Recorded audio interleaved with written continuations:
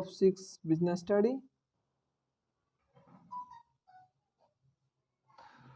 हमने पार्ट 5 में functions of stock exchange पढ़ लिए और अब हम पढ़ेंगे difference between primary market and capital market में।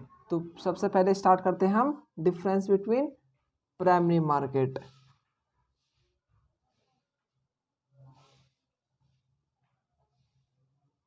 Difference between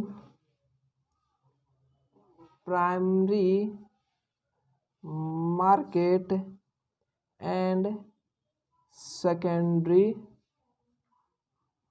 market. ठीक है, आज ये हमारा टॉपिक होगा प्राइमरी मार्केट और सेकेंडरी मार्केट डिफरेंस और कैपिटल मार्केट और मनी मार्केट में डिफरेंस। सबसे पहले हम स्टार्ट करते हैं प्राइमरी मार्केट और सेकेंडरी मार्केट में डिफरेंस। इसको शो करने के लिए हम क्या करते हैं, टेबल बनाते हैं। क्या बनाते हैं? टेबल।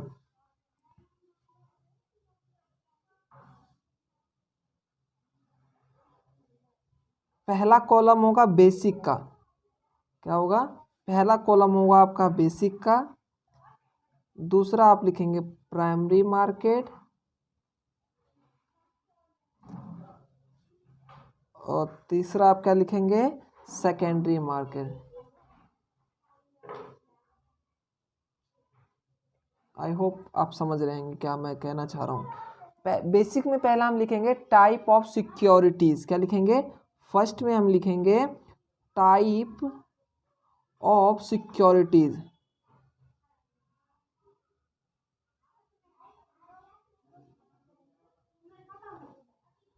टाइप ऑफ सिक्योरिटीज मतलब इसमें किस प्रकार के सिक्योरिटीज का सेल या परचेज किया जाता है। तो प्राइमरी मार्केट की बात करूं तो इसमें क्या होता है? New security are sold. क्या? न्यू सिक्योरिटीज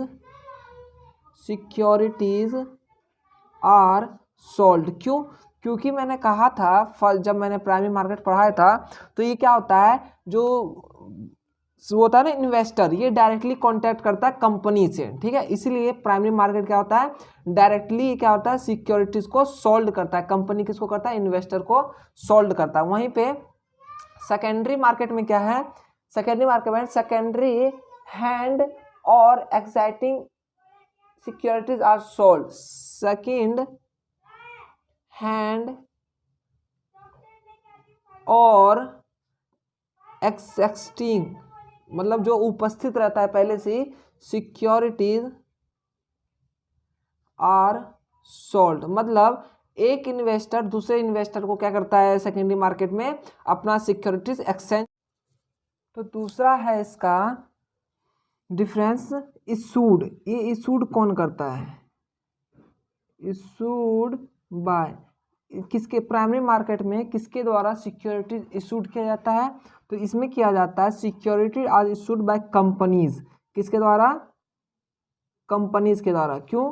क्योंकि मैंने अभी जस्ट कहा कि प्राइमरी मार्केट ही जो ऐसा मार्केट है जिसमें कि डायरेक्टली जो इन्वेस्टर होता है वो डायरेक्टली कॉन्टैक्ट करता है कंपनी से, इसलिए जिसको इशूड करता है सिक्योरिटीज वो क्या करता है? कंपनीज करता है। वहीं पे जो सेकेंडरी मार्केट में है, सेकेंडरी मार्केट में कौन करता है issue? Securities are transfer from one investor to other. इसमें क्या होता है? सेकेंडरी मार्केट में जो सिक्योरिटीज होता है वो वन इन्वेस्टर से दूसरे इन्वेस्टर को क्या करता है? सेल या परचेज करता है या ट्रांसफर करता है। जैसे आपको कोई इन सिक्योरिटीज चाहिए तो अगर मेरे पास वो होगा तो मैं बेच दूंगा या सेल कर दूंगा आपको, वो आप परचेज कर लेंगे। तो इसमें क्या होता है? एक इन्वेस्टर दूसरे इन्वेस्टर से कनेक्ट होता है सेकेंडरी मार्केट में। वहीं पे प्राइमरी मार्केट में होता है कंपनी से ही क्या होता है? कंपनी क्या करता है? सिक्योरिटी अपना इशूड करती है। ठीक है, ये दूसरा था आपका। तो मैं तीसरे की बात करूं कि तीसरा डिफरेंस क्या है? लोकेशन। क्या? लोकेशन। लोकेशन में क्या है? इसमें जो है जोग्राफिकल लोकेशन प्राइमरी मार्केट में वो क्या बोलते हैं, कोई मायने नहीं रखता है। तो मतलब इसमें बोल सकते हैं there is no fixed geographical location, ठीक है। वहीं पे अगर मैं इसकी बात करूं सेकेंडरी मार्केट की, तो इसमें क्या है, इसमें आपका ज्योग्राफिकल लोकेशन मायने रखता है। There is fixed geographical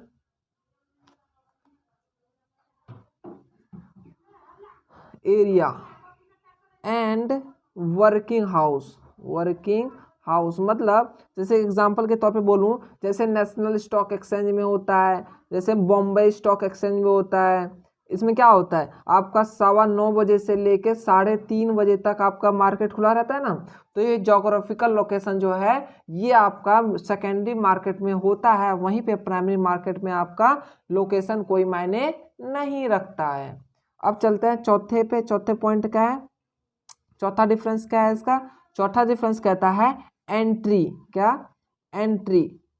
entry क्या मतलब कि इसमें जो है सारे के सारे कंपनीज, कोई भी कंपनीज प्राइमरी मार्केट में एंट्री कर सकता है, लेकिन सेकेंडरी मार्केट में वही कंपनीज एंट्री करेगी जो कि लिस्टेड होगी। कहाँ पे, सेबी में। क्या होगा, स्टॉक एक्सचेंज में क्या होगा, वो अपने आप को रजिस्ट्रेशन करा रखा हुआ वही इसमें एंट्री लेगा। कौन, सेकेंडरी मार्केट। तो इसको कैसे लिख सकते हैं, इसको ऐसे लिख सकते हैं कि all companies enter and rise capital. कोई भी कंपनी इसमें आके अपना कैपिटल को राइज कर सकता है। वहीं पे सेकेंडरी मार्केट में क्या है, only listed companies are bought मतलब खरीदना, एंड सोल्ड अपने सिक्योरिटी को क्या कर सकता है, वो बेच और सेल और बाउट कर सकता है सेकेंडरी मार्केट में। और लास्ट इसका क्या है, फिफ्थ पार्ट इसका क्या है, इसका लास्ट पार्ट है, मतलब लास्ट डिफरेंस है इसमें प्राइस। क्या, price.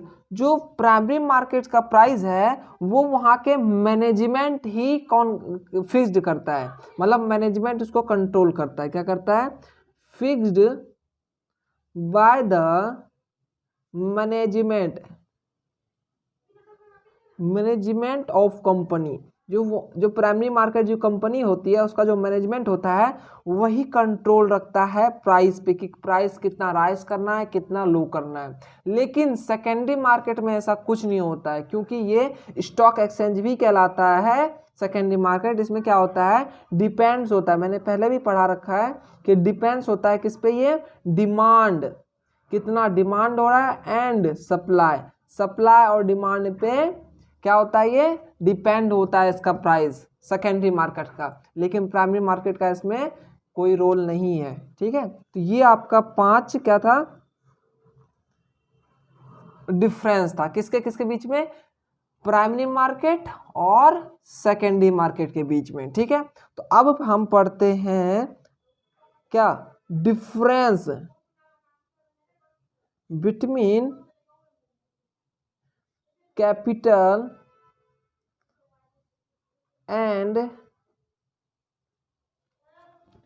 Capital and money market. वही सेम रूल इसमें भी बेसिक बनाए पहले। इससे क्या होता है ना, आपका जो पेपर में आपका लिखेंगे, जैसे वहाँ पे आप पेपर में शो करेंगे तो ये ज़्यादा वो इफेक्ट करेगा। तो आप पहला बेसिक बनाएंगे, किस चीज़ का बेसिक, फिर कैपिटल मार्केट लिखेंगे, इधर आप क्या लिखेंगे, मनी मार्केट। आशा है कि आपको ये समझ में आ रहा होगा। कमेंट करके बताइएगा कि आपको समझ में आ रहा है या नहीं। अगर मैं पहले बेसिक की बात करूं तो पहले बेसिक में आता है पार्टिसिपेंट्स। इसमें कौन कौन भाग ले सकता है, ठीक है। तो कैपिटल मार्केट में कौन कौन भाग ले सकता है, तो इसको ऐसे लिखते हैं। इसमें ना फाइनेंशियल इंस्टीट्यूट्स, ठीक है, banks, companies, foreign investors and retail investor from public, ये 4 या 5 ही किसमें? मार्केट, कैपिटल मार्केट में कौन ले सकता है? भाग ले सकता है, मतलब पार्टिसिपेट कर सकता है। तो उसको कैसे लिखेंगे? In a capital market are participants only financial institutes, banks। आशा है कि आपको राइटिंग समझ में आ रहा होगा। नहीं आ रहा है तो आप मेरे टेलीग्राम पे जुड़ के आप उसके नोट्स को प्राप्त कर सकते हैं। टेलीग्राम का डिस्क्रिप्शन में लिंक आपको मिल जाएगा। Banks, companies, foreign investors and retail investors from public. ये जो रिटेल इन्वेस्टर फ्रॉम पब्लिक लिखा ना, यही सिर्फ अंतर है कैपिटल और मनी मार्केट में, कि कैपिटल मार्केट में ही सिर्फ और सिर्फ retail for investor from public, सिर्फ जो हम जैसे लोग इसमें पार्टिसिपेट कर सकता है, लेकिन इसमें नहीं। इसमें कौन कौन है? इसमें है आपका इन अ मनी मार्केट, यही जो मैंने यहाँ पे पहला लिखा, फाइनेंशियल इंस्टीट्यूट्स, बैंक्स, ठीक है, पब्लिक एंड प्राइवेट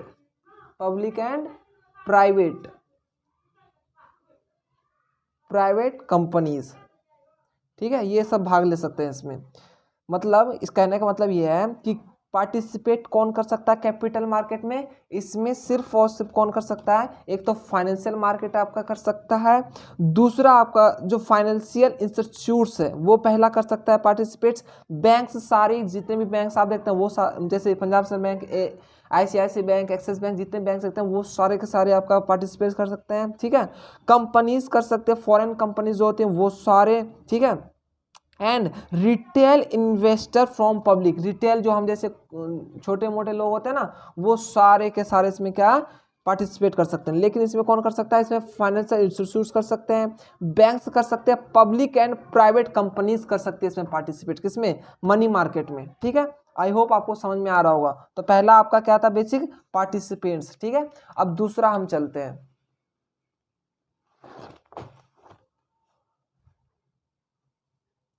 दूसरा है आपका, फिर से आप इधर टेबल बना लीजिए ऐसे करके,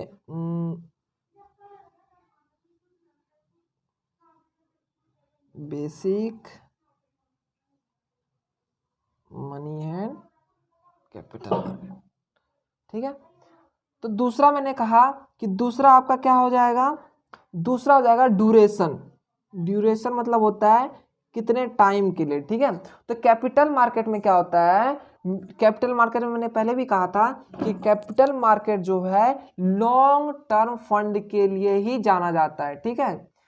क्या कैपिटल मार्केट जो है, जैसे इसको लिख सकते हैं, capital market deals in medium and long term, या फंड बोल दीजिए आप, या सिक्योरिटीज बोल दीजिए, बात एक ही हुआ, ठीक है। तो जो कैपिटल मार्केट है वो लॉन्ग टर्म फंड के लिए आपका ड्यूरेशन एक्सेप्ट करता है। वहीं पे मनी मार्केट जो है वो क्या करता है? Money market deals with short term fund, मतलब सिक्योरिटीज। Money market